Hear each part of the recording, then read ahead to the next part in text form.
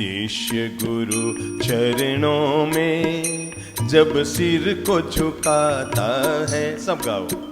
कोई शिष्य गुरु चरणों में जब सिर को झुकाता है, परमात्मा खुद आकर आशीष लुटाता है। परमात्मा खुद आकर आशीष लुटाता है। गुरु चरणों में पूजन का, गुरु चरणों में पूजन का कोई थाल सजाता है। हाँ, गुरु चरणों में पूजन का कोई थाल सजाता है। परमात्मा खुद आकर तब दीप जलाता है। परमात्मा खुद आकर तब दीप जलाता है। कोई शिष्य गुरु चरणों में जब शीस झुकाता है, कोई शिष्य गुरु चरणों में जब शीस झुकाता है, परमात्मा खुद आकर आशीष लुटाता है। कोई भाव भरे शब्दों से, कोई भाव भरे शब्दों से जब गुरु को रिझाता है। कोई भाव भरे शब्दों से जब गुरु को रिझाता है, परमात्मा खुद आकर उसे गले लगाता है। परमात्मा खुद आकर उसे गले लगाता है। कोई शिष्य गुरु चरणों में जब शीस झुकाता है, हाँ, कोई शिष्य गुरु चरणों में जब शीस झुकाता है, परमात्मा खुद आकर आशीष लुटाता है। कोई बालक बन चरणों में, कोई बालक बन चरणों में जब विनती सुनाता है। कोई बालक बन चरणों में जब विनती सुनाता है, परमात्मा खुद आकर गोदी में उठाता है। परमात्मा खुद आकर गोदी में उठा। सबको याद होगी दो लाइनें। कोई शिष्य गुरु चरणों में, कोई शिष्य गुरु चरणों में जब शीश झुकाता है, क्या? कोई शिष्य गुरु चरणों में जब शीश झुकाता है, परमात्मा खुद आकर आशीष लुटाता है। परमात्मा खुद आकर आशीष लुटाता है। गुरु चरणों में अश्रु के, गुरु चरणों में अश्रु के कोई अर्घ्य चढ़ाता है। गुरु चरणों में अश्रु के कोई अर्घ्य चढ़ाता है, परमात्मा खुद आकर पलकों पे बिठाता है। परमात्मा खुद आकर पलकों पे बिठाता है। कोई शिष्य गुरु चरणों में, कोई शिष्य गुरु चरणों में जब शीस झुकाता है, परमात्मा खुद आकर आशीष लुटाता है। परमात्मा खुद आकर आशीष।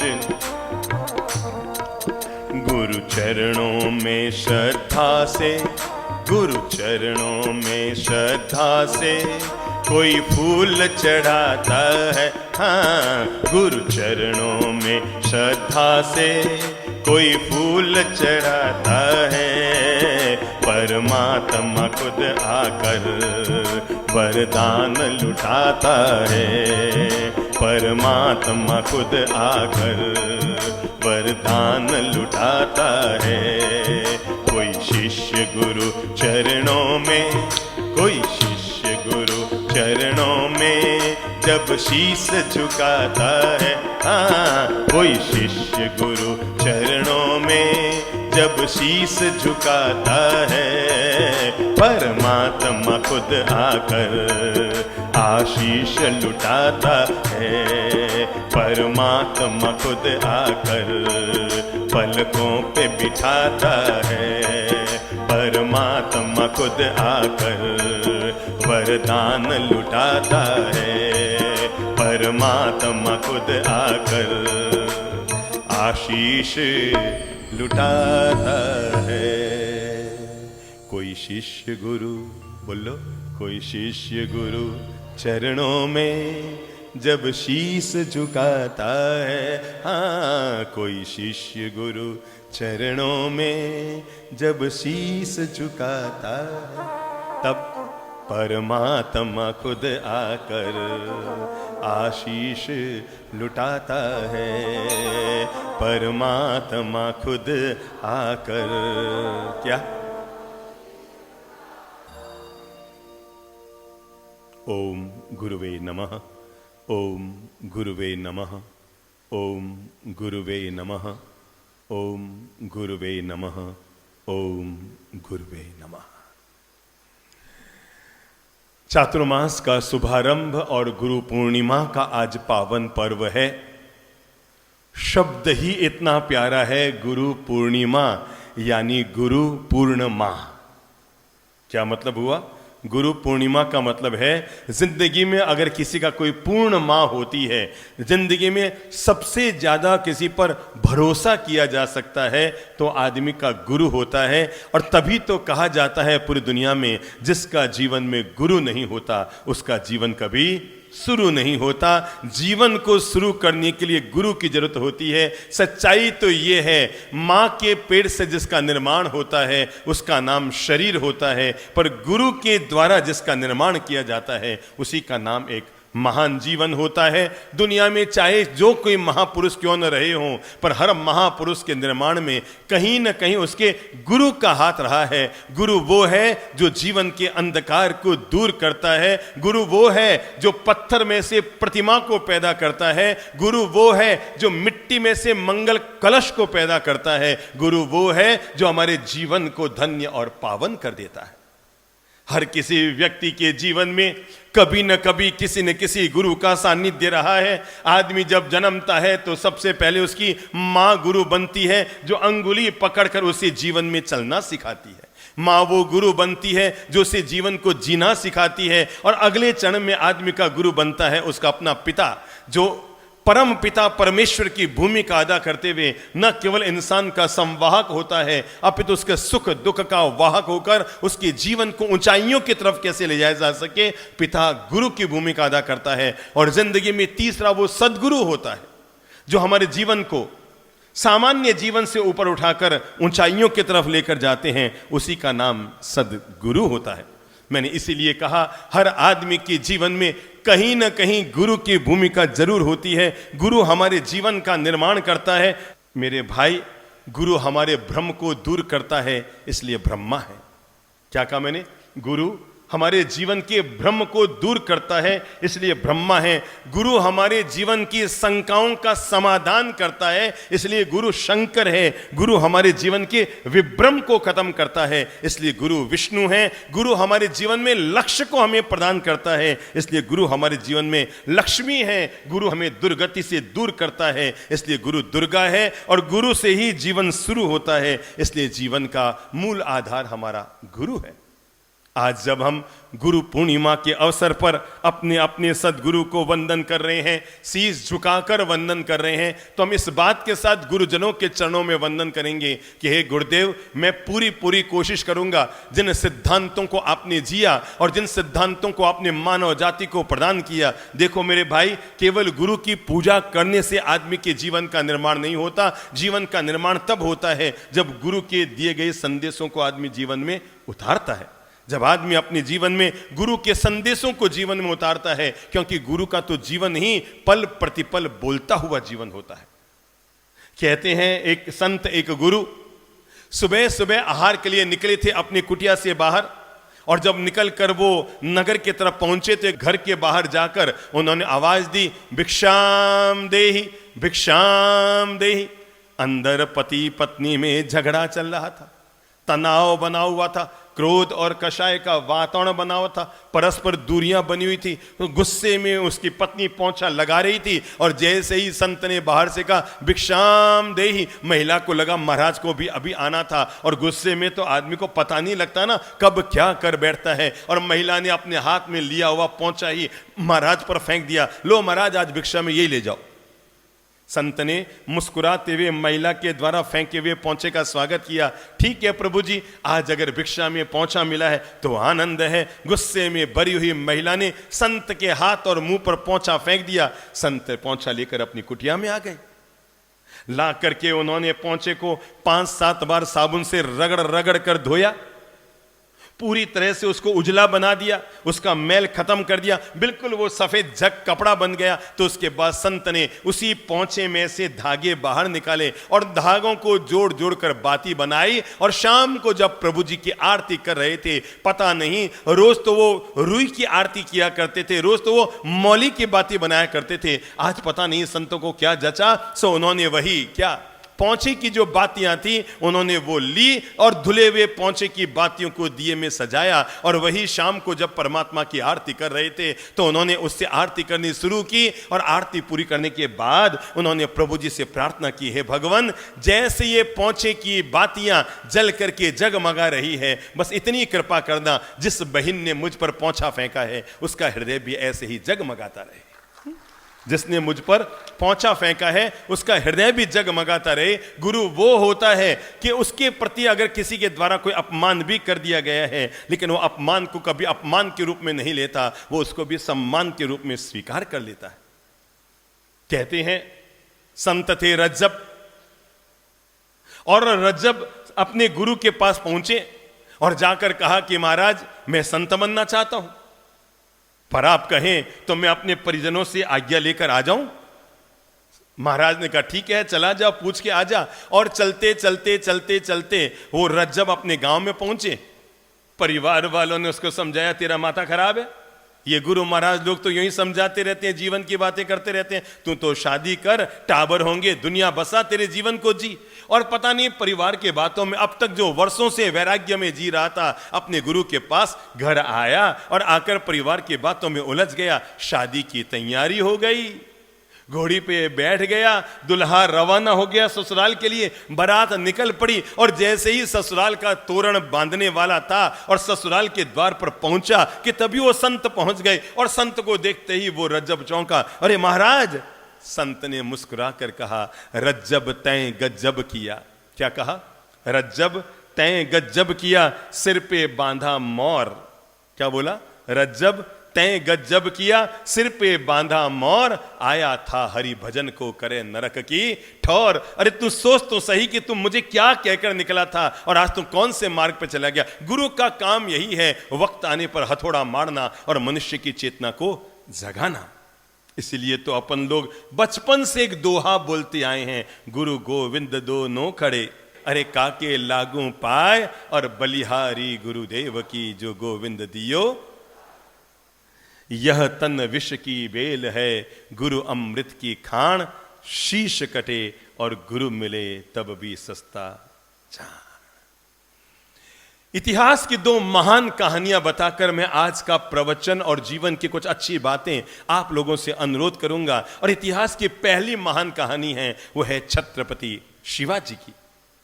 घटना तब की है जब छत्रपति शिवाजी युवा अवस्था में थे। वो मराठा से निकले थे दक्षिण भारत की तरफ। गुरु रामदास जी उनके साथ थे। बीच में नदी आई। गुरु को लगा कि नदी में शायद पानी ज्यादा है। उन्होंने कहा, बेटा रुक, तू यहां रुक जा, मैं पहले नदी को पार करता हूं। अगर नदी निष्कंटक होगी, पानी ज्यादा नहीं होगा, तो तू भी निकल कर आ जाना, नहीं तो मैं वापस आ जाऊंगा। छत्रपति शिवाजी ने कहा, नहीं गुरुदेव, पहले तो मैं ही जाऊंगा। गुरु रामदास ने कहा तेरी बुद्धि खराब है, माथा खराब है, इतना तेज पानी बह रहा है, तू बह जाएगा, मैं जाता हूं, मैं देखता हूं, आराम से अगर जाया जाता तू आ जाना। छत्रपति शिवाजी अड़ गए कि गुरुदेव मैंने आपके जीवन में कभी कोई बात नहीं टाली, पर आज तो मैं जिद पे अड़ाया हूं, आज पहले मैं जाऊंगा। मैं अगर आपको हाथ से इशारा कर दूं कि आ जाओ गुरुदेव तो आ जाना, और मैं अगर मना कर दूं तो आप मत आना। बहुत बार कहा गुरु रामदास जी ने, पर छत्रपति शिवाजी तो अड़ ही गए। और जब अड़ गए तो शिवाजी को गुरु रामदास ने कहा जैसी तेरी मर्जी जा। छत्रपति शिवाजी धीरे धीरे धीरे धीरे जहां जहां नदी में पानी कम था वहां से होते हुए उस पार पहुंच गए और जाकर आवाज दी, गुरुदेव नदी में पानी इतना ज्यादा नहीं है, आप आराम से आ जाओ, ये दूर से उफनती हुई नदी लग रही है पर पानी नहीं, आप आराम से आ जाओ। गुरु रामदास जी हाथ में लकड़ी लेकर और उसके सारे से उधर पहुंच गए और वहां पहुंचकर उन्होंने छत्रपति शिवाजी से कहा, बेटा तू जीवन भर मेरा आज्ञाकारी शिष्य बना रहा, आज तूने मेरी बात क्यों टाल दी? मैंने तुझे 10 बार कहा पहले मैं जाऊं, तू पीछे आना। जरा बता, अगर तू पानी में डूब गया होता तो मैं दुनिया को क्या जवाब देता? अगर तू पानी में बह जाता और डूब जाता तो मैं दुनिया को क्या जवाब देता? छत्रपति शिवाजी ने कहा, गुरुदेव अगर मैं पानी में डूब जाता तो आपकी औकात थी कि आप 36 शिवाजी को और पैदा कर देते, पर अगर आप पानी में डूब जाते तो 36 शिवाजी मिलकर गुरु रामदास को पैदा नहीं कर सकते थे। समझ गए ना? इसको कहते हैं गुरु के प्रति श्रद्धा। छत्रपति शिवाजी ने कहा कि गुरुदेव अगर मैं डूब जाता तो आप में औकात थी कि 36 शिवाजी को आप और पैदा कर सकते थे, पर खुदा ना खास्ता अगर आप डूब जाते तो 36 शिवाजी मिलकर भी बोलो बोलो बोलो एक गुरु रामदास को पैदा नहीं कर सकते थे। जब आज हम गुरु पूर्णिमा के दिव्य अवसर का आनंद ले रहे हैं तो मैं पहला निवेदन करना चाहूंगा, गुरु के दिव्य लाभ को प्राप्त करने के लिए पहली जरूरत होती है शिष्य सद्भाव पूर्वक सच्चे भाव से पैदा हो। जब तक पूर्ण शिष्य पैदा नहीं होता है मेरे भाई, घंटों घंटों प्रवचन और सत्संग सुनने के बाद भी व्यक्ति के जीवन का निर्माण नहीं होता है। लेकिन जिसके भीतर सदशिष्य पैदा हो जाता है, भगवान श्री महावीर के पास में 2 लोग आए थे, एक चंड कौशिक सांप आया था और दूसरा मंखली पुत्र गौशालक आया था। पर मैं आपको बता दूं, चंड कौशिक सांप ने भगवान श्री महावीर का पल भर का सामीप्य पाया होगा, पर जिसके भीतर बदलने की इच्छा होती है, जो सच्चा शिष्य बन जाए, वो गुरु के पल भर पास जाते ही।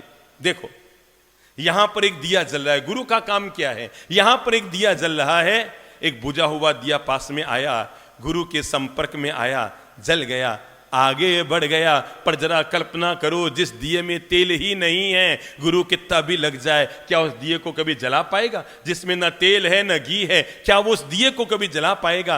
भगवान श्री महावीर का पल भर का सामीप्य पाकर एक त्रियंच योनि का जीव भी सुधर जाता है। चंड कौशिक सांप जो भयंकर विषधर जहरीला सांप, लेकिन भगवान श्री महावीर का पल भर का सानिध्य, आदमी के कषाय, आदमी का क्रोध। आपको पता है वो चंड कौशिक सांप पिछले जन्म में कौन था? साधु।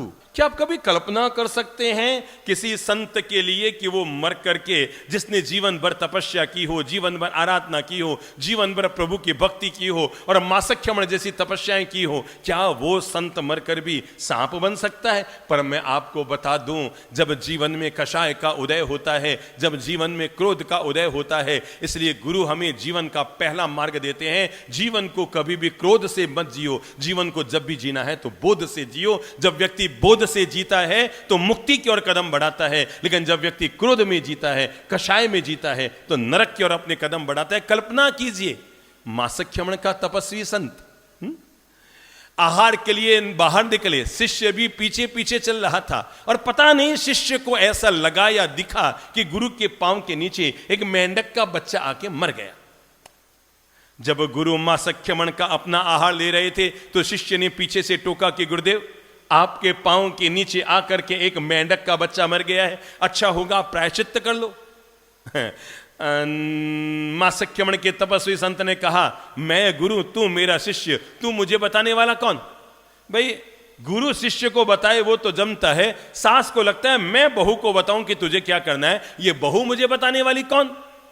और यही अहंकार गुरु के लिए विनाश का कारण बन गया। कहते हैं दोपहर में फिर जब अब पड़लेहन कर रहे थे तो शिष्य ने कहा, गुरुदेव मैंने अपनी आंख से देखा कि आपके पांव के नीचे आगे एक मेंढक का बच्चा मर गया, अब प्रायश्चित्त कर लो। गुरुदेव का चुप, तू मुझे क्या बताता है? अरे मरता तो मुझे नहीं दिखता क्या? शाम को प्रतिक्रमण चल रहा था। हो सकता है जैसे आज चतुर्दशी है, पूर्णिमा है, वैसे आज का दिन रहा होगा। और प्रतिक्रमण करने से पहले शिष्य ने फिर अपने गुरुदेव से कहा, गुरुदेव मैंने अपनी आंख से देखा आपके पांव के नीचे एक मेंढक आकर मर गया, आप प्रायश्चित्त कर लो। गुरुदेव ने फिर उसको डांटा, चुप। पर शिष्य भी कोई ज्यादा ही पक्का रहा होगा और जब प्रतिक्रमण पूरा हुआ तो फिर इसने अपने गुरु के कान में जाकर कह दिया, गुरुदेव आपके पांव के नीचे आकर एक क्या मर गया? मेंढक मर गया।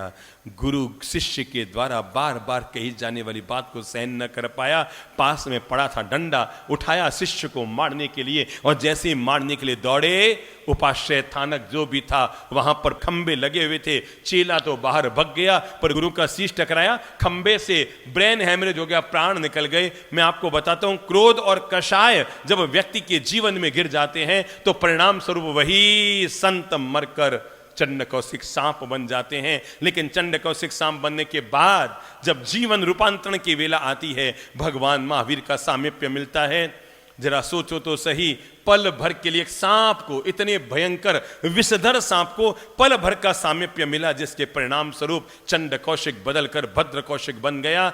जितना जरूरी है दुनिया में सद्गुरु हो, उतना जरूरी है दुनिया में सत शिष्य हो। गीता केवल भगवान कृष्ण के बलबूते पैदा नहीं होती जब तक सामने अर्जुन जैसा शिष्य पैदा न हो।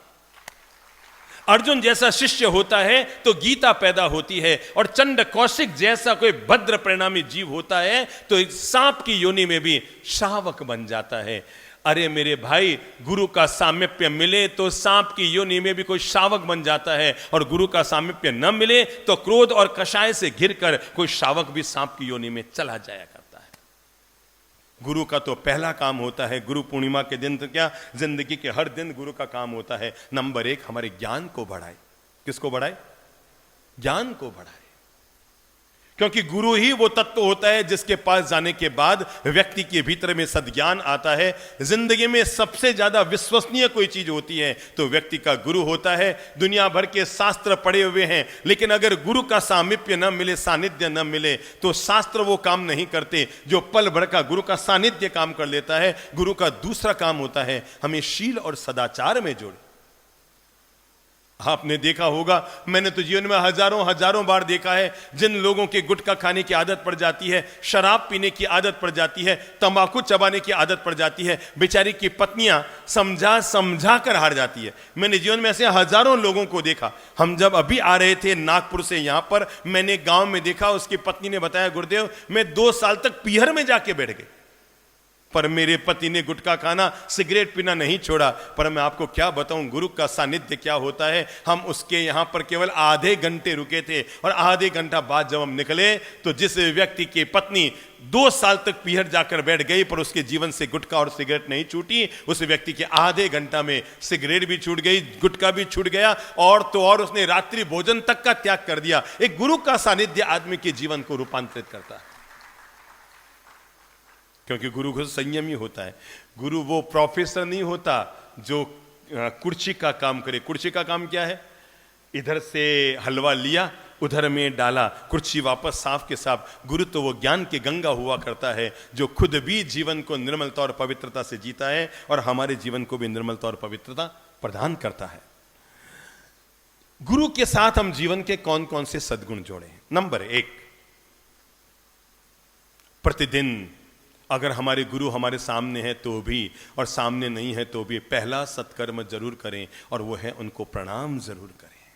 क्योंकि प्रणाम करने मात्र से जीव का उद्धार होता है, प्रणाम करने मात्र से आत्मा का उद्धार होता है। प्रणाम हमारे जीवन के परिणाम को बदलता है। इसलिए जीवन में आदत डाल लो, अपने गुरु को हमेशा सुबह उठकर प्रणाम जरूर किया करो। जिंदगी में याद रखना, 3 लोगों को हमेशा पंचांग प्रणाम किया जाता है। नंबर 1 गुरु। गुरु को जब भी प्रणाम करो तो कभी भी खड़े खड़े प्रणाम नहीं होता है। गुरु को जब भी प्रणाम करो तो पंचांग प्रणाम। पंचांग प्रणाम मतलब 2 घुटने, 2 हाथ और 1 शीश, ये 5 अंग जुड़ते हैं। समझते ना पंचांग प्रणाम किसे कहते हैं? 2 घुटने, 2 हाथ 4 अंग, और 5वां अपना शीश जब झुकता है तो पंचांग प्रणाम। दुनिया में 3 तत्वों का हम पर असीम उपकार होता है, जिन्होंने जिसके बदले में कुछ नहीं लिया हमसे। नंबर 1, आदमी पर पहला अगर ऋण होता है तो पत्नी का नहीं होता है, उसके बच्चों का नहीं होता है, उसके मित्र का नहीं होता है, उसके परिवार परिजन का नहीं होता है। व्यक्ति पर अगर जिंदगी में पहला किसी का ऋण होता है, कर्जदार अगर इंसान होता है, तो अपने माता पिता का होता है। वे माता पिता जिन्होंने पाल पोस कर बड़ा किया, अपने पांव पर खड़ा किया, अरे हमारे जीवन का निर्माण किया, खुद भूखे रहकर हमारे जीवन को आगे बढ़ाने की कोशिश की। व्यक्ति के जीवन में पहला अगर किसी का कर्ज होता है तो वो किसका होता है? बोलो बोलो बोलो, माता पिता का कर्ज, जिसे आदमी जीवन में कभी उतारने की सोच भी नहीं सकता, क्योंकि वो कर्ज होता है जो हम पर केवल देते ही देते हैं। माता पिता ने बदले में हमसे लिया कुछ नहीं होगा। किसको खड़ा करूं? हाँ, अभय बाबू खड़े हुए तो। अच्छा एक बात बताओ, आपको जन्म किसने दिया? माता ने। माता ने। पाल पोस कर बड़ा किसने किया? पिता ने। न करते न न करते न न करते 2-4 हजार बार तो आपके पोतड़िए साफ किए होंगे ना? ज्यादा बार। इतने तो आपने अपने बच्चों के देखे होंगे, तो मालूम है कि आपके कितने किए गए होंगे, है ना? इतने बार आपके पोतड़िए साफ किए। दूध भी माता ने पिलाया, स्कूल की व्यवस्था भी माता पिता ने की, ड्रेस भी माता पिता सिलवाते थे, बचपन में पढ़ाई लिखाई भी माता पिता ने कराई। और शादी लव मैरिज की थी, मम्मी पापा ने अरेंज की थी? चाचा ने की थी। हैं? चाचा चाची ने। चाचा चाची ने की होगी, पर खर्चा तो मम्मी पापा ने उठाया होगा फिर, ठीक है ना? अब जरा एक बात बताओ, माता पिता ने आपके लिए बहुत कुछ किया। हर इंसान सोच सोच कर सोचे, मैंने वापस उनके लिए क्या किया। अगर हम एक रजिस्टर उठाते हैं और उसको लिखना शुरू करते हैं ना, तो पूरा रजिस्टर भर जाएगा कि मां ने आपके लिए क्या किया, पिता ने आपके लिए क्या किया। एक वक्त आता है जब गुस्से में भरकर इंसान ये नाहक भूल करके अपने माता पिता से पूछ लेता है, पापा आप मुझे क्यों हर समय टोकते हो, आपने मेरे लिए क्या किया? अरे भाई, अगर उन्होंने जन्म देकर भगवान भरोसे छोड़ दिया होता ना, तो आज आप समाज के प्रतिष्ठित आदमी नहीं होते, आज आप किसी यतीम खाने में, अनाथालय में पलकर अपनी जिंदगी निकाल रहे होते। ये महान माता पिता होते हैं जो न केवल हमें जन्म देते हैं, पाल पोस कर बड़ा करते हैं, पांव पर खड़ा करते हैं, हमारे जीवन का निर्माण करते हैं। मेरे भाई, ये माता पिता वो महान शख्स होते हैं जो हमारे जीवन के अंतिम सांस तक अपने सुख की चिंता करने के बजाय हमारे सुख की चिंता करते हैं। याद रखना, जो आंख दिखा दिखा के प्यार करे उसे प्रेमिका कहते हैं। जो आंख दिखा दिखा कर प्यार करे उसे प्रेमिका कहते हैं। आप जैसे भी हैं फिर भी आंख बंद करके आपको प्यार दे उसको पत्नी कहते हैं। पर अपनी आंख बंद होने तक भी जो आपको प्यार देती रहे उसी को दुनिया में मां बाप कहते हैं। तो इसलिए जीवन में पहला संकल्प लो, मैं रोज सुबह उठकर अपने पूज्य माता पिता के श्री चरणों में प्रणाम करूंगा, क्योंकि जीवन का पहला गुरु अगर इंसान का होता है, अरे मेरे भाई गुरु क्या, ये जीवन की पहली सांस शुरू कहां से होती है? मां के पेट से बाहर निकले, पहला दूध मां का पिया, पहली किलकारियां मां के सामने की, माता पिता से जीवन की शुरुआत की। तो आज से पहला संकल्प, आपके मम्मी पापा हैं? मम्मी है। मम्मी है ना? कहां है आपकी पूज्य मम्मी जी? यहाँ नहीं है बाबू, तो फ्रैक्चर है तो नहीं आ सकता। अच्छा ठीक है, घर पर है ना? रोज सुबह मम्मी पापा को घुटने टिका के प्रणाम करते हैं? कंपलसरी। ताली बजाकर अभिनंदन कीजिए। और हर व्यक्ति इस बात को अपने जीवन के लिए आदर्श मानकर चले कि मैं पूज्य मम्मी पापा को घुटने टिका के प्रणाम करूंगा। याद रखना, जो व्यक्ति सुबह उठकर 3 के सामने अपने घुटने टिका देता है, नंबर 1 माता पिता, नंबर 2 गुरु और नंबर 2 प्रभु, इन 3 के सामने जो व्यक्ति अपने घुटने टिका देता है उस आदमी को दुनिया में किसी और के सामने घुटने टिकाने की जरूरत नहीं पड़ती। तो पहला प्रणाम किसे करो? किसे करो? अपने माता पिता को प्रणाम करो। आज गुरु पूर्णिमा के दिन चूंकि माता पिता जीवन के पहले गुरु होते हैं जिनसे जीवन शुरू होता है, तो कमर सीधी करो। चलो आज हम पहला संकल्प लेते हैं, हम अपने पूज्य माता पिता को रोज सुबह है घुटने टिका के प्रणाम करेंगे। ठीक है ना? क्या करेंगे रोज सुबह? घुटने। आपके बगल में कौन बैठे हैं उनको माइक दीजिए तो। प्रशांत। हाँ खड़े हो बेटा। आपके मम्मी पापा हैं? हैं। कौन है? मम्मी पापा दोनों हैं? तो इसका मतलब बहुत किस्मत वाले हैं कि दोनों का आशीर्वाद है आप पर। तो रोज सुबह घुटने टिका के दोनों को प्रणाम करते हैं? रोज करता ही हूँ वैसे भी। सच्ची ईमानदारी से? घुटने टिका के करूंगा। अब घुटने टिका के करेंगे रोज? अच्छा यूं रिमोट से करते हैं? आजकल एक बड़ी परंपरा चल गई है, मम्मी पापा को लोग ऐसे रिमोट से यूं। मैं एक घर में था, बाड़मेर का घर था जोधपुर में, तो हम वहां प्रवचन देने गए थे, तो रात्रि में हमारा उसी घर में रुकना हुआ। तो सुबह मैंने देखा वो पोती रूम में से आई, दादी धोक, और उसने यूं रिमोट से करता नहीं, तो दादी सा ने कहा भगवान थारो भलो करे, वो बोले भगवान थारो भलो करे, तब तक तो बाथरूम में पहुंच गए। तो बहुत श्रद्धा पूर्वक प्रणाम करना चाहिए, समझ गए ना। हम कोई किसी को आई लव यू बोलते हैं तो ऐसा नहीं आई लव यू और हम खिसक गए, अरे बोल के रुकते भी हैं, वापस इंतजारी भी करते हैं कि आई लव यू का जवाब वापस क्या मिलता है। तो माता पिता को जब प्रणाम करो ना, यूं करके खिसक मत जाओ, बहुत श्रद्धा पूर्वक, ठीक है ना। हाथ जोड़ो, शीश झुकाओ और 15 सेकंड तक उनके चरणों में झुक कर रहो। दुनिया में या तो स्वर्ग कहीं नहीं होता है, और अगर होता है तो आदमी के माँ बाप के चरणों में होता है, ठीक है। क्लास टीचर ने स्कूल में अपने बच्चों से कहा, बच्चों कल जब आओगे ना तो आते समय स्वर्ग की मिट्टी लेकर आओगे। क्या कहा? कल जब आओगे तो आते समय स्वर्ग की एक मुट्ठी मिट्टी लेकर आना। बच्चों को लगा मास्टर जी का माथा खिसक गया, ये स्वर्ग की मिट्टी कहां मिलती है? नहीं, स्वर्ग की मिट्टी कहीं नहीं मिलती। बच्चे खिलखिलाते हुए बाहर निकल गए, टीचर भी चले गए और बच्चे भी चले गए। अगले दिन जब सारे बच्चे क्लास में आ गए तो टीचर आए और आते पूछा, बोलो बच्चों स्वर्ग की मिट्टी लाए? बच्चों को लगा इनका तो पूरा ही माथा खिसक गया, कल भी स्वर्ग की मिट्टी, आज भी स्वर्ग की मिट्टी। बच्चों का ना, नहीं सर यहां कोई स्वर्ग वर्ग की मिट्टी नहीं मिलती। कोई नहीं लाया? नहीं सर कोई नहीं लाया स्वर्ग की मिट्टी। सबसे पीछे एक बच्चा बैठा था, उसने उसने उसने उसने यूं हाथ किया, सर सर सर मतलब समझ गए क्या?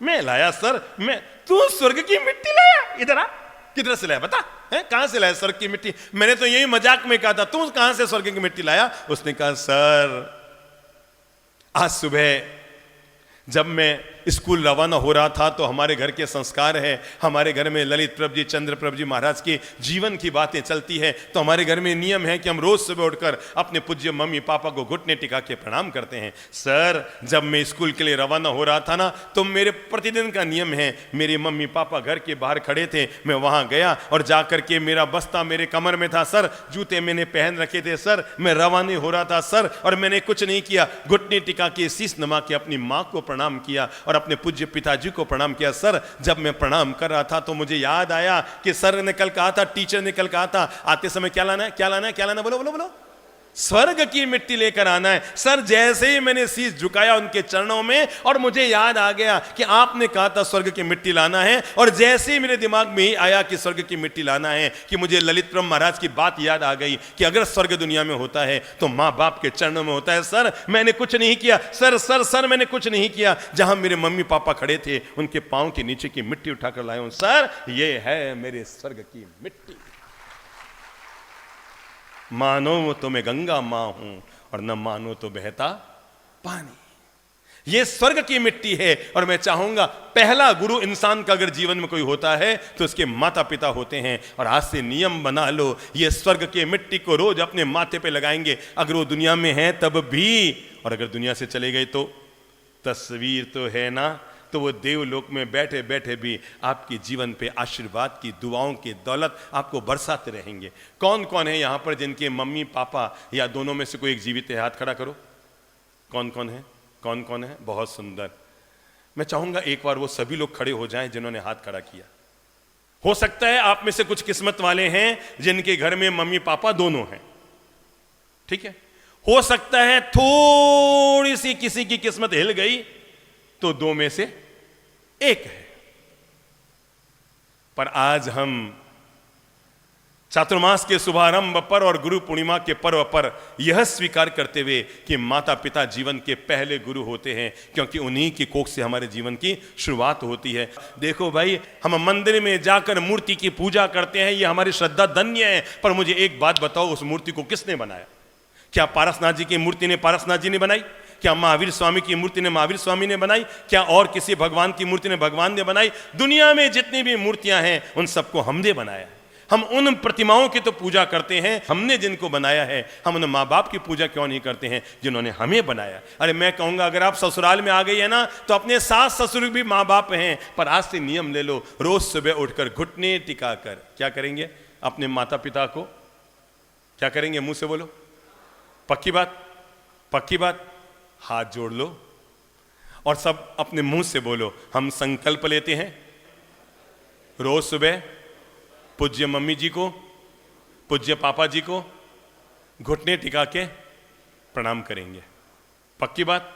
पक्की बात। और जो खड़े ना हो पाए, अब मैं कहूंगा कि वे भी खड़े हो जाओ और वो ये संकल्प ले लो कि भले ही हमारे मम्मी पापा ऊपर चले गए, पर उनके तस्वीर के सामने जाकर हम उनको शीश जरूर झुकाएंगे।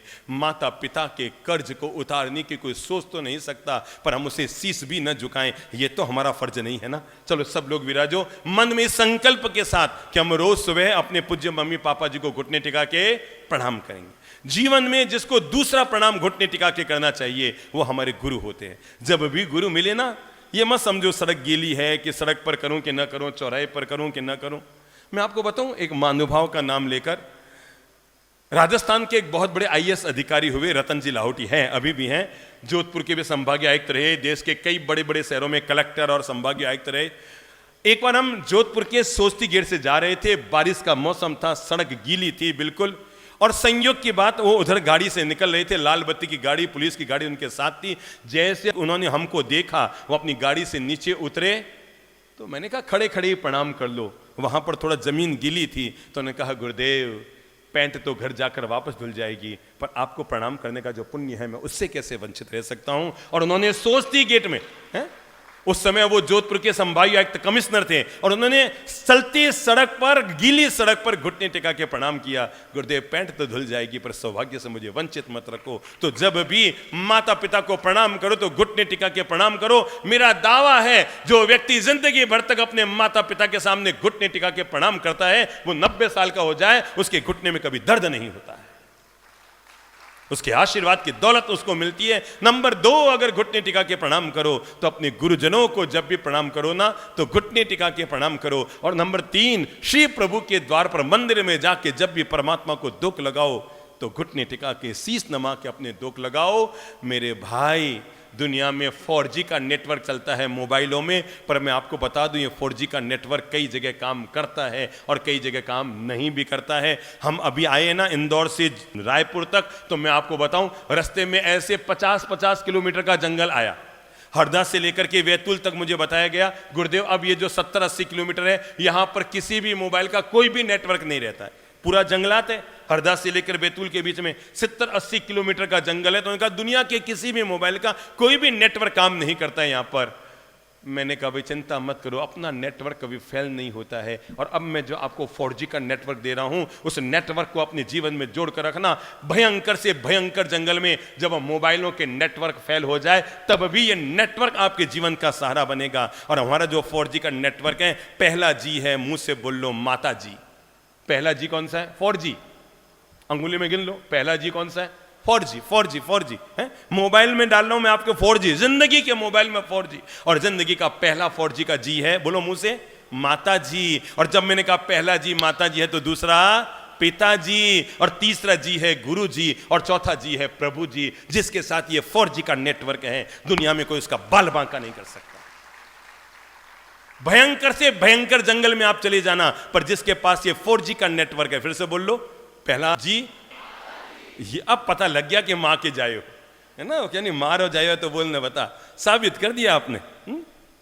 4G का नेटवर्क। और जीवन भर याद रखना, जो व्यक्ति इन 4 का आशीर्वाद लेकर घर से बाहर निकलता है ना, अरे दुनिया में उसका कोई बाल बांका नहीं कर सकता है। जिन्होंने हमें जन्म दिया, पाल पोस कर बड़ा किया, पांव पर खड़ा किया, अपनी खून की एक एक बूंद से हमारा सिंचन किया, जब वो हमारे सिर पर अपना हाथ रखते हैं ना, तो उनकी ताकत याद रखना। आपके अगर 85 साल के बूढ़े दादाजी हैं ना, उनमें ये तो ताकत नहीं है कि वो अपने हाथ से आधा किलो का लोटा जब उठाते हैं ना, मन में कई बार आता है, अरे जिस आदमी के हाथ में ये भी ताकत नहीं कि वो 1 पाव का लोटा उठाते तो यूं यूं यूं यूं यूं यूं हाथ हिलता है ना, बूढ़ी माता जी यूं यूं यूं यूं गिलास हिलाते, यूं यूं यूं हाथ हिलता है। पर मैं आपको बता दूं, उनके हाथ में ये तो औकात नहीं है कि वो 1 पाव का लोटा भी उठा सके, पर उनके हाथ में ये औकात है कि अगर उन्होंने हाथ आपके सिर पे रख दिया तो आपके भाग्य को संवार सकते हैं। लोटा क्यों नहीं उठा सकते, पर सिर पर अगर हाथ आ गया ना, तो आपके भाग्य को संवार सकते हैं। तो आज से पहला नियम हमारे 4G का पहला जी, अब बोलो दोबारा, माता जी। और 4G का दूसरा जी, शाबाश इंडिया। 4G का तीसरा जी, और हाथ जोड़कर बोल लो फौजी का चौथा जी श्री प्रभु जी, क्योंकि उसकी जिन पर मेहरबानी रहती है ना, जब से पता लग गया ये 4G का नेटवर्क मेरे साथ है, तब से सोचना बंद कर दिया कि कौन मेरे खिलाफ है, क्योंकि ये 4G का नेटवर्क अपने साथ है। तो आज से पहला नियम बना लो, इन चारों को हमेशा घुटने टिका के। भाई गुरु महाराज ने हमारे लिए सब कुछ किया। चलो एक बात बताओ, हम आज जोधपुर से चलकर 1400 किलोमीटर यहां आए, वापस 1400 किलोमीटर जाएंगे तो न करते मैं 1400 कहता हूं, चले तो 1500 है, 1400 तो सीधा रोड, फिर हर शहर में यूं आना जाना भी तो होता है ना। तो 3000 किलोमीटर की हमने यात्रा की। बताओ किस पर्पस से? हमारा क्या स्वार्थ था? हमें एक पैसा चाहिए नहीं, 1 टक्का चाहिए नहीं, हमारी कोई योजना नहीं, हमारा कोई प्रोजेक्ट नहीं, हमें किसी काम के लिए कोई चंदा चिट्ठे की जीवन में जरूरत नहीं, लेकिन इस मात्र परमार्थ भावना से हम जाएं। अगर हमारी वाणी सुनने से लोगों के जीवन का कल्याण होता है तो एक कल्याण मित्र बनकर, गुरु का पहला काम यही होता है, वो कल्याण मित्र बनकर गांव गांव जाता है। इसीलिए तो भगवान श्री महावीर ने हमें कहा था कि साधु जन क्या करे, गांव गांव में विचरण करे, मेरे प्रेम और शांति के मार्ग को जन जन तक फैलाए। पहला संकल्प, इन 4 गुरुओं को क्या करेंगे हमेशा? देखो मैं आपको प्रणाम का परिणाम बताऊं, चलो कुछ मत करो, बाकी सब छोड़ो। आप अभी जो जहां बैठा है ना, केवल एक प्रयोग करके देख लो, और चमत्कार ना हो जाए तो मुझे आप कहना आप इतनी देर से यूं बैठे हैं, कोई यूं बैठा है, कोई यूं बैठा है, कोई यूं बैठा है। देखो अब एक काम करो, जो जहां बैठा है केवल एक प्रयोग करो। जो आपके पड़ोस में बैठा है ना, आप बहुत तबीयत से उसको बोलिए प्रणाम सा। चलो बोलो, सब बोलो, सब बोलो। कोई दुश्मन बैठा है तो भी बोल लो, अपना बैठा है तो भी बोलो, सब बोल लो, सब बोलो। आप भी बोलो, संगीत वाले भैया, है प्रणाम सा, मुनिवर प्रणाम सा। ये जो बाहर खड़े हैं ना, वो मिट्टी की मूर्ति क्यों है? बोलो एक दूसरे को प्रणाम सा। अच्छा एक बात बताओ, आपने जैसे ही बोला प्रणाम सा तो क्या हुआ? बोलो बोलो बोलो बोलो, एक बार दोबारा बोल के देख लो, पता लग जाए। बोलो तो एक दूसरे को, हाँ बोलो बोलो बोलो, एक दूसरे को बोलो, बोलो बोलो, एक दूसरे को बोलो, तबीयत से बोल लो, प्रणाम सा, जय जिनेन्द्र सा, राम राम सा, जो आपके मन में आए सो बोल लो, पर बोल लो। आपने जैसे ही कहा प्रणाम सा। अच्छा एक बात तय है, जब भी हम बोलेंगे प्रणाम सा तो यूं तो नहीं बोलेंगे प्रणाम सा, बोलेंगे यूं प्रणाम सा, खमाऊं सा, ऐसे बोलेंगे। प्रदूषण के संवत्सर के अगले दिन खमाऊं सा, तो उसको बोलोगे खमाऊं सा है कि खाऊं सा है? तो जब भी हम बोलेंगे ना प्रणाम सा, नंबर 1, अब याद करो, आप तो भूल गए कि अभी आपने जब प्रणाम किया तो आपको क्या परिणाम मिला। नंबर 1, जैसे ही आपने प्रणाम किया तो दोनों को एक परिणाम पहला मिला, और वह है जीवन में विनम्रता आई। क्योंकि आपने प्रणाम कैसे किया? कैसे किया? विजय बाबू, ये जो आपके बगल में कौन बैठे हैं? महावीर जी पारक, आपने इनको प्रणाम कैसे किया? ऐसे किया, प्रणाम सा। देखो उधर देखो, यूं तेरे बार। तो महावीर जी आप भी हाथ जोड़ लो, यूं ऐसे मत करो। है? मैंने देखा ये विजय जी जब प्रणाम करे थे ना, तो एक बार यूं नहीं किया, यूं, मतलब एक बार नहीं दिखा तो तेरे बार में देख लेना भाई तुम, ठीक है ना, पूरे नजर आ जाए। तो मैं आपको पहली बात बता रहा हूं, हमने जैसे ही प्रणाम किया तो प्रणाम का पहला परिणाम क्या आया? 2 के हाथों में विनम्रता आई। पक्की बात, कोई ऐसा तो है नहीं है? मां सा ए बगल में भाई सकुन बैठे आप रे, इन्होंने बोलो जय जिनेन्द्र साह। देखो वे भी वापस करिए नहीं। इसका मतलब तुम जब भी प्रणाम करोगे तो सामने वाला व्यक्ति भी झुकेगा। नंबर 1, प्रणाम हमारे जीवन में पहला परिणाम देता है, एक के जीवन में नहीं 2 के चेहरे पर मुस्कान देता है। नंबर 2, आपने जैसे ही प्रणाम किया तो चेहरा कैसा था? ऐसा था कि कैसा था? बोलो बोलो बोलो, है? मुस्कान आई। जैसे ही आपने कहा प्रणाम सा, और प्रणाम सा कहते ही चेहरा खिल उठा। रोहित जी एक बार पारस जी को कीजिए तो प्रणाम सा। देखा देखा, ये अभी तक तो यूं ही बैठे थे पारस जी, और जैसे ही आपने कहा प्रणाम सा खिल गए।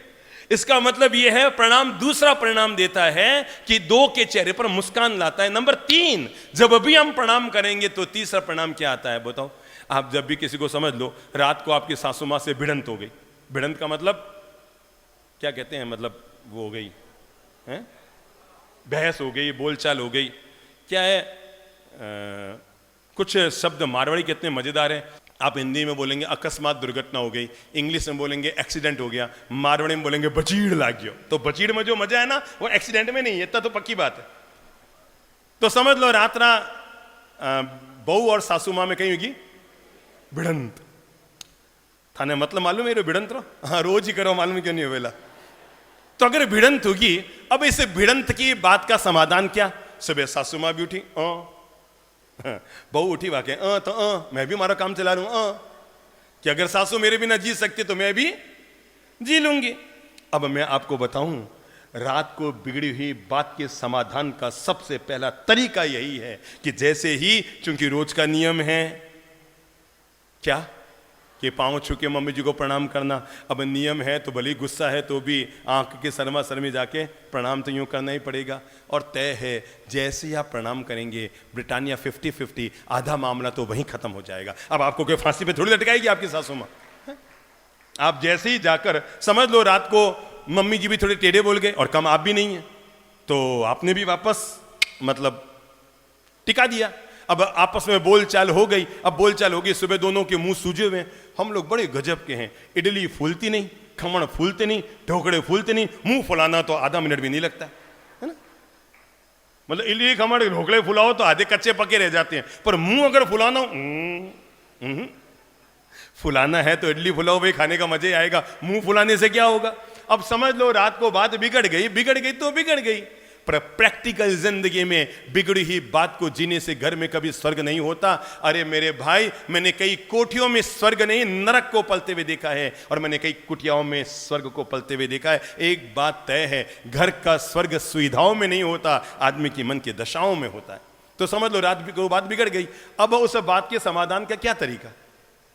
बताओ, बोलो मुंह से। आप गए, पता है मम्मी जी का मुंह चढ़ा हुआ है, मन टेढ़ा है, थोड़ा थोड़ा आपको भी मन में खींच आई हुई है, पर रोज का नियम मम्मी जी प्रणाम। तो एक बार तो उनके मन में आएगा, रात भर तो जी बाटा करती है, हमारे मन आने प्रणाम करेंगे।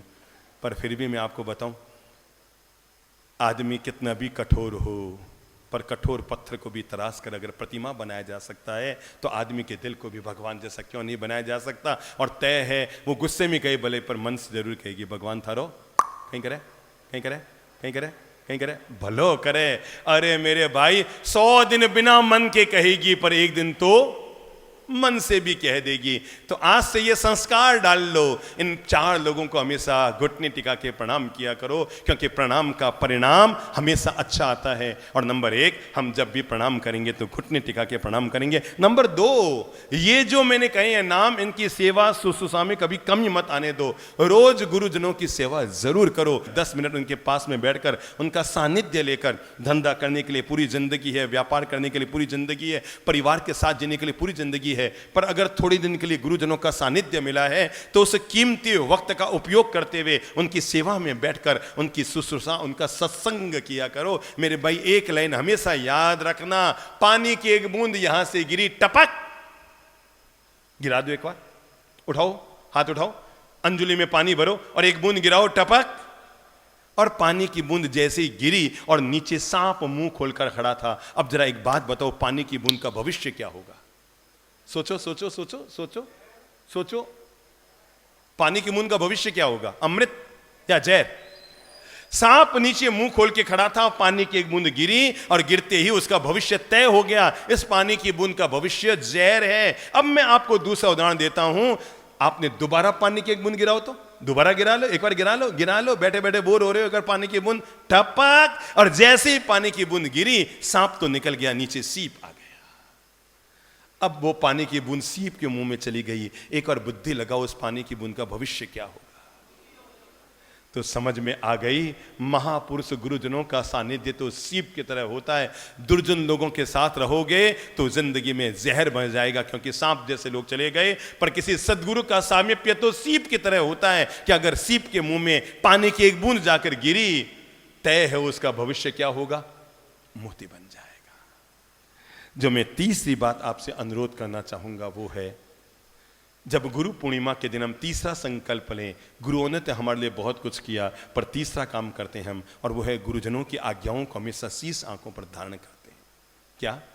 उन्होंने जो संदेश दिए, उन्होंने जो अच्छी बातें कही, हमारे गुरुजनों ने जीवन में हमें जो सद्ज्ञान दिया, उस सद्ज्ञान को हम अपने जीवन में उतारने की कोशिश करते हैं, और जीवन से उसको जोड़कर जीवन को धन्य धन्य करने की आदमी कोशिश करे। गुरुजनों ने जो संदेश दिए हैं उन्हें जीवन में उतारने की कोशिश की जाए। अगर उन्होंने कहा कि इंसान को झूठ नहीं बोलना चाहिए, एक बार आत्मनिरीक्षण कर लो। ठीक है, जन्म और मृत्यु का प्रश्न आ जाए और आदमी को कभी झूठ बोलना पड़ जाए तो माफी के काबिल है, पर मोबाइल में दिन रात हम छोटी छोटी बातों में अगर झूठ बोलते हैं, अरे इसमें इतना बोलने की कहाँ जरूरत है। सामने वाला पूछता है आप कहाँ हैं, तो बता दो ना आप कहाँ हैं, उसमें भी दो बात जोड़ने कहाँ जरूरत है। होते आप कहीं हैं, बताते आप कहीं हैं, बैठे आप कहीं हैं, और बीबी को बोलते हैं मैं तो गाड़ी चला रहा हूँ, और बीबी कौन सी कम हो गई, हॉर्न बजाओ ना, अटक गई ना गाड़ी। बेवजह है, मैंने कहा ना जन्म और मृत्यु का प्रश्न आए तो बात जमती है, पर बेवजह। एक बच्चा घर के बाहर खेल रहा था बच्चों के साथ, इतने में किसी ने आके कहा अरे घर में पापा जी है क्या।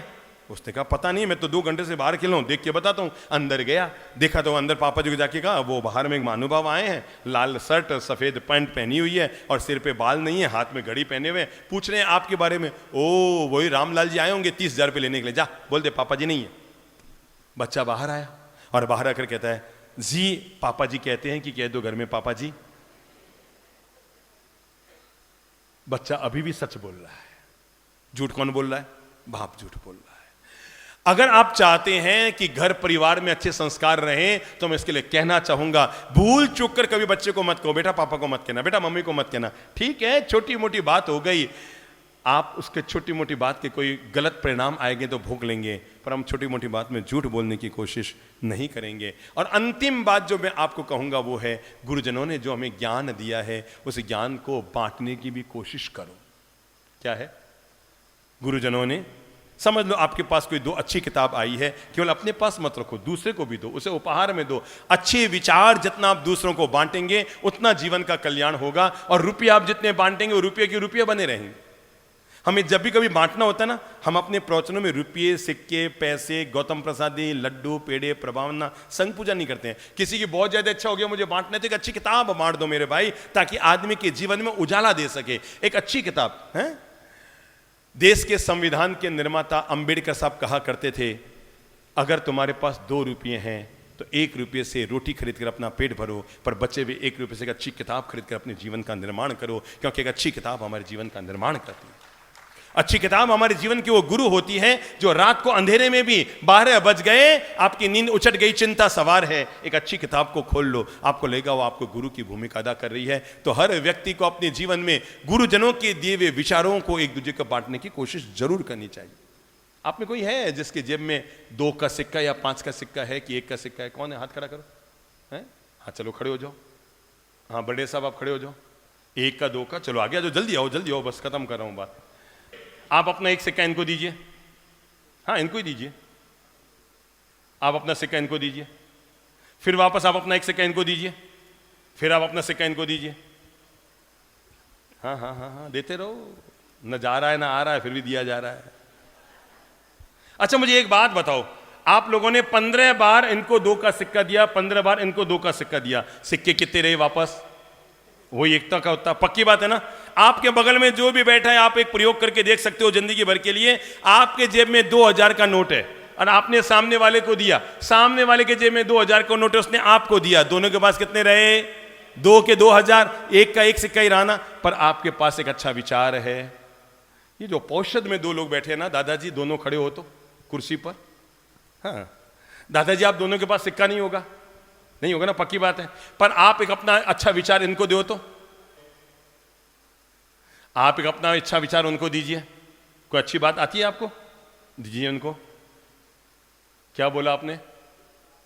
हैं? ठीक है, अब मुझे एक बात बताओ, आपने एक अच्छा विचार इनको दिया, इन्होंने एक अच्छा विचार आपको दिया, दोनों के पास कितने विचार हुए? बोलो बोलो, सोचो सोचो सोचो सोचो, सब एक दूसरे को सोच के देखो। 2 हुए ना। बस मैं यही बताना चाहता हूं, सिक्का हम जब भी किसी को देते हैं तो उतना का उतना रहता है, पर अच्छे विचार हम जब भी किसी को देते हैं तो 2 गुने 4 गुने 10 गुने हो जाया करते हैं। इसलिए गुरु पूर्णिमा पर हम संकल्प करें कि मैं मानवता में अच्छे विचारों को बांटने की कोशिश करूंगा। और हां, अगर आप गुरु पूर्णिमा के लिए 2-3 नियम लेना चाहते हैं तो जरूर ले लो खड़े होने से पहले। और वो ये है, मैं 24 घंटे में 1 घंटा ही सही पर मौन जरूर रखूंगा। क्या रखूंगा? मौन जरूर रखूंगा। 24 घंटा में 1 घंटा ही सही, कभी भी रख लो, पर 1 घंटा में मौन रखूंगा ताकि मन की शांति का मालिक बन सकूं। और हां, अगर आप गुरु पूर्णिमा को दूसरा नियम ले सको तो जरूर ले लो, मैं आधे घंटा ही सही पर अच्छी किताब जरूर पढ़ूंगा। एक अच्छी किताब आपके जीवन की वो गुरु बनती है। 24 घंटा तो आप अपने गुरु महाराज के पास रह नहीं सकते हैं ना, पर एक अच्छी किताब अगर आपके पास है, आधे घंटा रोज उसका स्वाध्याय कीजिए। क्या कीजिए? स्वाध्याय कीजिए। ये स्वाध्याय ही आपके मुक्ति का आधार बन जाएगा। और अगर अंतिम बात आप कर सकते हैं, गुरु पूर्णिमा के दिन तो मन में संकल्प लो, मैं जब भी अपने गुरु के लिए बोलूँगा तो हमेशा पॉजिटिव बात बोलूँगा, कभी भी दुनिया के किसी भी संत के लिए कभी नेगेटिव टिप्पणी नहीं करूँगा। अगर आपको किसी संत में कभी कमी नज़र आए तो घर पर आकर डायरी में ज़रूर लिख देना।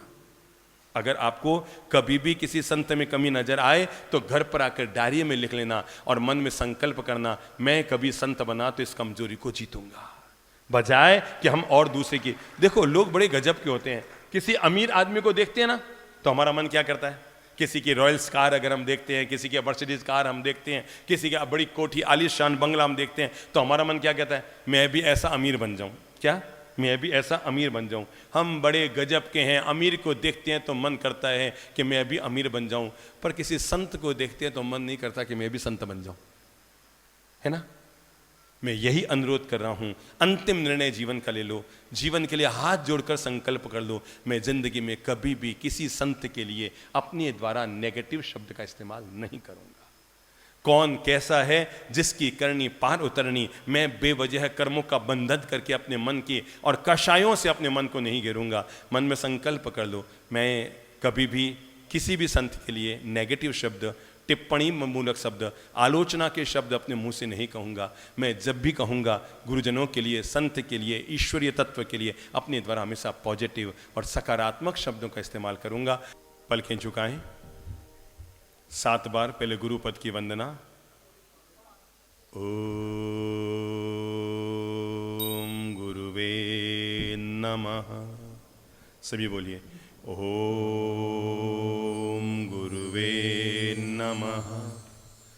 ओम गुरुवे नमः। ओम गुरुवे नमः। ओम गुरुवे नमः। ओम गुरुवे नमः। ओम गुरुवे नमः। ओम गुरुवे नमः। ओम गुरुवे नमः। ज्योत से ज्योत जगाओ सतगुरु, ज्योत से ज्योत जगाओ। ज्योत से ज्योत जगाओ सतगुरु, ज्योत से ज्योत जगाओ। मेरा अंतर तिमिर में, हाथ पूरा ऊपर करते हुए, सतगुरु ज्योत से ज्योत जगाओ। बोलो ज्योत से ज्योत जगाओ सतगुरु, ज्योत से ज्योत जगाओ। हे योगेश्वर, हे ज्ञानेश्वर, हे योगेश्वर, हे ज्ञानेश्वर, हे परमेश्वर, हे सर्वेश्वर, निज कृपा बरसाओ सत। आनंद ले लो। ज्योत से ज्योत जगाओ।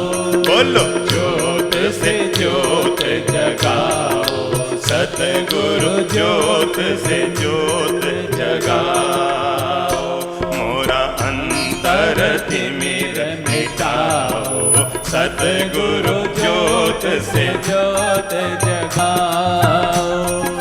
हम बालक तेरे द्वार पे आए, मंगल तरस दिखाओ सतगुरु, ज्योत से ज्योत। सब गालो, बोलो ज्योत से ज्योत जगाओ सतगुरु, ज्योत से ज्योत जगाओ। हाथ ऊपर करके शीस झुकाय करे तोरी आरती, शीस झुकाय करे। सब गालो, गुनगुना लो।